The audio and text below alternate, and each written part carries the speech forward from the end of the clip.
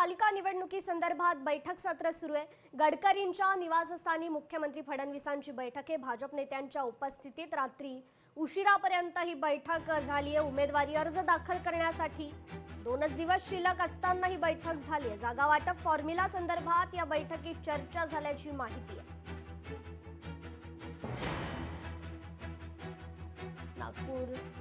नागपूर महानगरपालिका निवडणुकीसंदर्भात दुसऱ्यांदा गडकरींच्या निवासस्थानी मुख्यमंत्री देवेंद्र फडणवीसांची ही बैठक झालेली आहे। या संदर्भात आपण अधिक अपडेट घेऊयात आपले प्रतिनिधी ज्ञानेश्वर पवार यांच्याकडून। ज्ञानेश्वर, नागपूर पालिका निवडणुकींसंदर्भात बैठक सत्र सुरू असल्याचं पाहायला मिळतंय। भाजपकडून आता काय रणनीती आखण्यात येते याकडे सर्वांचं लक्ष आहे।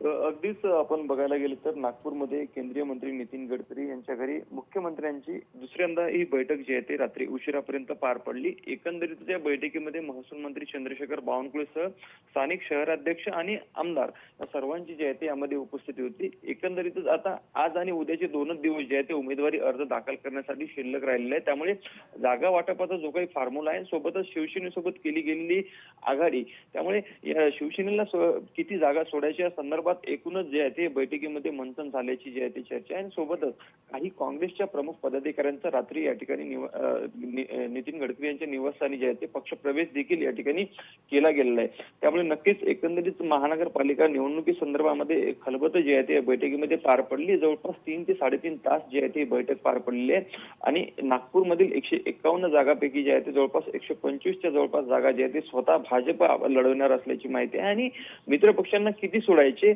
या संदर्भात देखील जी आहे ती चर्चा एकंदरीत या बैठकीत करण्यात आली। कारण की नागपूरमध्ये जर पाहायला गेलं तर केंद्रीय मंत्री नितीन गडकरी जे आहे ते प्रमुख आणि वरिष्ठ नेते मानले जातात। त्यामुळे मुख्यमंत्र्यांनी ते त्यांच्या निवासस्थानी जात जे आहे ते दुसऱ्यांदा ह्या बैठकीमध्ये ते आपली उपस्थिती लावली। आणि एकंदरीत नागपूर महानगरपालिका असेल सोबतच विदर्भातील 4ही महानगरपालिका असतील येथे देखील शिवसेनेसोबत युती असल्याने जागा वाटपाचा फॉर्म्युला कशा पद्धतीने असणार आणि निवडणूक लढवण्यासाठी प्रचाराची रणनीती एकंदरीत काय असेल या संदर्भामध्ये जे आहे ते बैठकीमध्ये चर्चा झाल्याची माहिती आहे। कृपया निश्चितच ज्ञानेश्वर, धन्यवाद आपण दिलेल्या या सविस्तर अपडेट संदर्भात। लोकशाही मराठी ऐका, पहा, जागरूक रहा।